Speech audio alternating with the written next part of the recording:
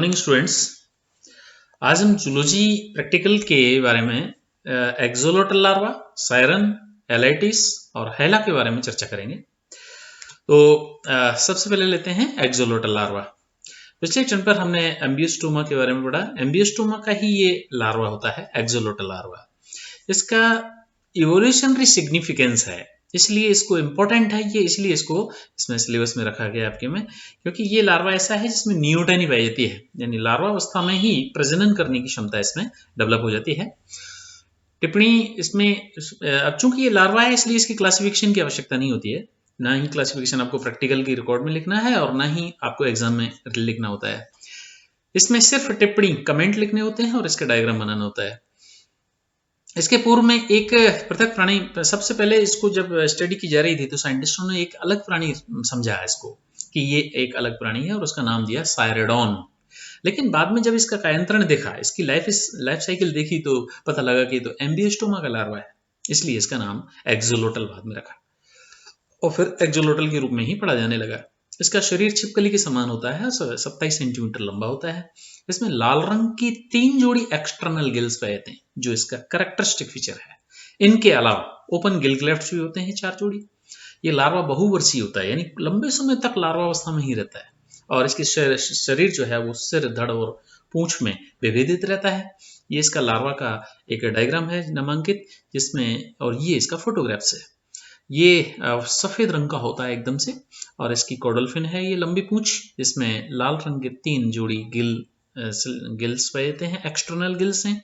External gills का पाया जाना ये इसका एक कैरेक्टरिस्टिक फीचर है, और ये दोनों अग्रपाद और पश्चपाद दोनों हैं, जिनकी सहायता से ये तैर सकता है और पूंछ की सहायता से तैर सकता है। ये लैंगिक रूप से परिपक्व हो जाता है और अंडे देने लग जाता है, और ऐसे फिनोमिनन को, जिसमें लार्वा परिपक्व होकर के अंडे देने लग जाए, ऐसे फिनोमिनन को नियोटेनी कहा जाता है। कुछ भोज्य पदार्थों की कमी के कारण ये होता है, क्लाइमेटिक कंडीशंस के कारण भी होता है। इसमें लार्वा के लक्षण दिखाई स्थायी हो जाते हैं और वो कायांतरण में नहीं जाता, जलचर से स्थलचर में कायांतरित नहीं होता। उस पदार्थ की पूर्ति होने पर उसमें कायांतरण स्टार्ट हो जाता है और फिर वो वयस्क में रूपांतरित हो जाता है। हाँ, यदि इसमें थायरॉक्सिन का हार्मोन का इंजेक्शन अगर लगा दिया जाए तो भी ये वयस्क में रूपांतरित हो सकता है।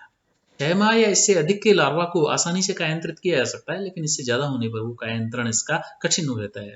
इसका विशिष्ट लक्षण ये है कि एम्बियोस्टोमा का जो एक्सोलोटल लार्वा है वो भोजन और ऑक्सीजन की कमी के कारण इसकी पूर्ति अधिकता से होती है, तो उसमें कायांतरण नहीं हो पाता है, और लैंगिक जनन करने पर ये वयस्कों की भांति जननांगों का विकास कर लेता है। ये अंडे देता है। इस प्रक्रिया को चिरभ्रूणीयता या नियोटेनी कहा जाता है।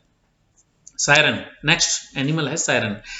ये भी एम्फीबिया का ही सदस्य है। फाइलम कोर्डेटा, सब फाइलम इसका वर्टिब्रेटा है, क्रेनिएटा है, डिवीजन ग्नेथोस्टोमेटा है, सुपर क्लास टेट्रापोडा है, क्लास एम्फीबिया है, सब क्लास लिस एम्फीबिया है, ऑर्डर यूरोडेला या कोडेटा के नाम से जाना जाता है। यूरोडेल्स यानी ऐसे सदस्य जिनमें पूंछ पाए, ऐसे एम्फीबियन जिनमें पूंछ होती हो, वो यूरोडेल्स कहलाते हैं।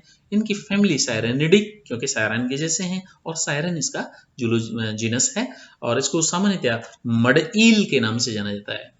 ये लंबी सांप के समान ये ईल की डायग्राम है, ईल का डायग्राम है, जिसके मुंह के पास में ये 3 एक्सटर्नल गिल्स पाए जा रहे हैं, और ये दोनों अग्रपाद हैं जिसमें 4 उंगलियां हैं, और पश्चपाद इसमें एब्सेंट होते हैं, पाए ही नहीं जाते हैं। और ये लंबी बेलनाकार और मांसल पूंछ होती है, ताकतवर पूंछ होती है, जिस पर ये कॉडल्फिन पाया जाता है, और इस कॉडल्फिन की सहायता से पानी में तैरती है, मड ईल।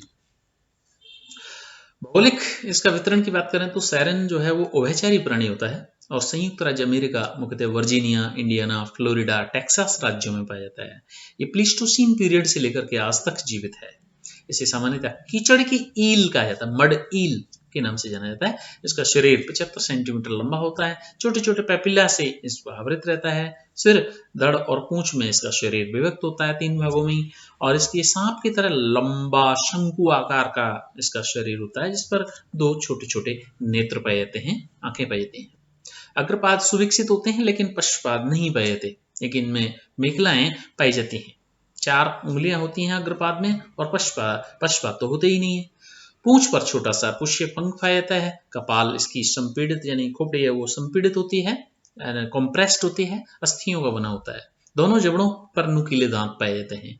पैरों में मेखलाएं पाई जाती हैं और इसकी कशेरुकां जो है वो एम्फिसिलस होती है, यानी दोनों तरफ से गड्ढे होते हैं उसमें। जो सेंट्रम है उसकी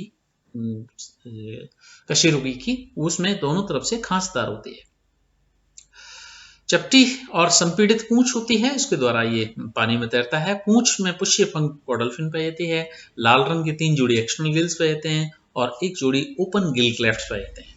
अवस्कर का अभाव होता है और बाह्य निषेचन होता है इसके अंदर, और इसका विशिष्ट लक्षण है ये स्थायी नियोटिनिक लार्वा है। 3 जोड़ी वाई गिल्स का पाया जाना, जनन ग्रंथि विकसित हो जाना और कायांतरण परिपक्व वयस्क की तरह लैंगिक प्रजनन करना, ये इसका कैरेक्टरिस्टिक फीचर है। उसके बाद में आगे है एलाइटिस। एलाइटिस अगला एम्फीबियन है, जिसमें इसका क्लासिफिकेशन इस प्रकार है: phylum chordata, sub phylum vertebrata और craniata, division gnathostomata, super class tetrapoda, class amphibia, sub class lissamphibia, order anura और सेलियंसिया, जीनस एलाइटिस। और इसको सामान्यतः मिडवाइफ टोड के नाम से जाना जाता है।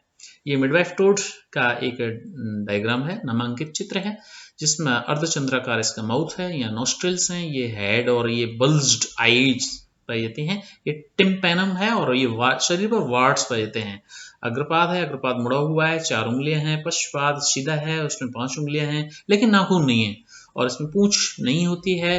और नर अपने अंडों को पीठ पर लेकर के और पिछली जांघों पर लेकर के घूमता रहता है जब तक कि उसमें से बच्चे नहीं निकल आते। ये इसका फोटोग्राफ है। रियल जो एलाइडीज है वो इस प्रकार का ये फोटोग्राफ है, जिसमें पीले से अंडे इसके पीठ पर रखे हुए हैं। इसको भौगोलिक वितरण की बात करें तो एलाइटिस मेढक जो है वो स्थलीय होता है और यूरोपीय देशों में ज्यादातर पाया जाता है। मायोसीन पीरियड से लेकर के आज तक इसमें कोई बदलाव नहीं हुआ है, किसी प्रकार का कोई एडेप्टेशन नहीं हुआ है, कोई नेचुरल सिलेक्शन नहीं हुआ है। इसे सामान्यतः मिडवाइफ टोड के नाम से जाना जाता है। इसका शरीर लंबाई 5 से 8 सेंटीमीटर लंबा होता है। सिर और धड़ 2 भागों में विभक्त होता है। संपूर्ण शरीर पर वार्ड्स या मस्से जैसी संरचनाएं पाई जाती हैं। रंग इसका लाल हरा या सलेटी होता है। इसकी कर्णपटय 2 उभरी हुई आंखें होती हैं। ऊपरी जबड़े में दांत पाए जाते हैं और पसलियां, वयस्क में पसलियां पाई जाती हैं। इनके लिंग अलग अलग होते हैं, नर और मादा अलग अलग होते हैं। कशेरुकाएं ओफिस्टोसिलस होती हैं। अंड निक्षेपण के बाद में बाह्य निषेचन होता है और कुछ समय बाद में प्रत्येक निषेचित अंडे को टेडपोल लार्वा विकसित होते हैं, जिससे मध्यवर्ती सांस रंध्र होते हैं और वो पानी में अपना आगे का जीवन व्यतीत करते हैं। मादा में वाक कोश पाए जाते हैं, नर में इनका अभाव होता है। इसके विशिष्ट लक्षण इस प्रकार हैं: मिडवाइफ वेक, जिसे दाई मेढक कहते हैं, उसकी जनन प्रवृत्ति विशेष प्रकार की होती है। नर मेढक मादा को अपने पादों की उंगलियों से मादा के वस्कर को सहलाकर उत्तेजित करता है।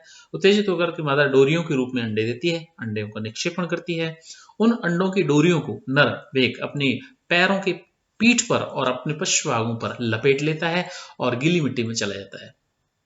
इन अंडों को आर्द्र बनाने के लिए, नम बनाने के लिए कभी कभी जल में डुबकी भी लगा लेता है और कुछ समय बाद में इनमें से टेडपोल निकल आते हैं और वो टेडपोल उछल उछल करके पानी में गिर जाते हैं और वो आगे का जीवन व्यतीत करते हैं। इस प्रकार से इसके नर के अंदर पैतृक रक्षण इसमें पाया जाता है। उसके बाद में अगला एनिमल है हाइला।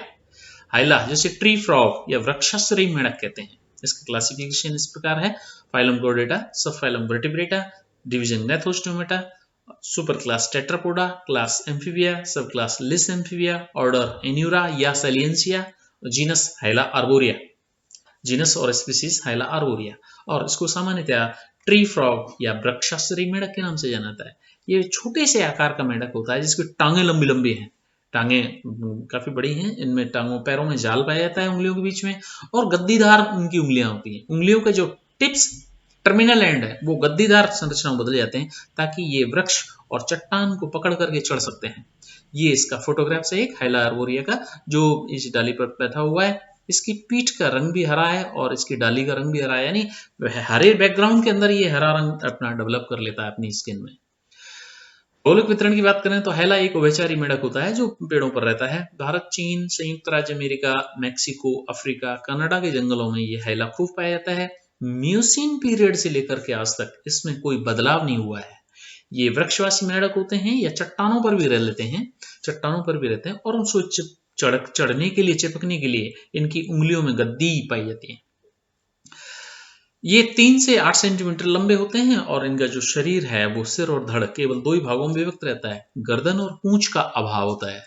अग्र पैर में 4 उंगलियां जिसमें नख नहीं पाए थे, पश्च पैर में 5 उंगलियां जिसमें भी नख नहीं पाए थे लेकिन सीधी होती हैं और चढ़ने के योग्य बनाने के लिए उनमें गद्दियां होती हैं। अग्र व पश्च उपांग सुविकसित होते हैं, उसमें उंगलियां इस प्रकार। नेत्र सुविकसित होते हैं तो तीव्र ध्वनि कर सकते हैं, ये तीव्र ध्वनि कर सकते हैं। इसके लिंग पृथक होते हैं और अंडे वृक्षों पर ही देते हैं। ये बाह्य निषेचन होता है, कुछ समय बाद में प्रत्येक निषेचित अंडे से टैडपोल लार्वा निकलता है और पादों में मेखलाएं पाई जाती हैं और कशेरुकाएं उभयगर्ती होती हैं और उनमें से बच्चे निकल करके अंडों में से वो टैडपोल निकल करके पानी में गिर जाते हैं। इस प्रकार से ये इसका जीवन चक्र पूर्ण हो जाता है। This is all about all these three. Thank you very much.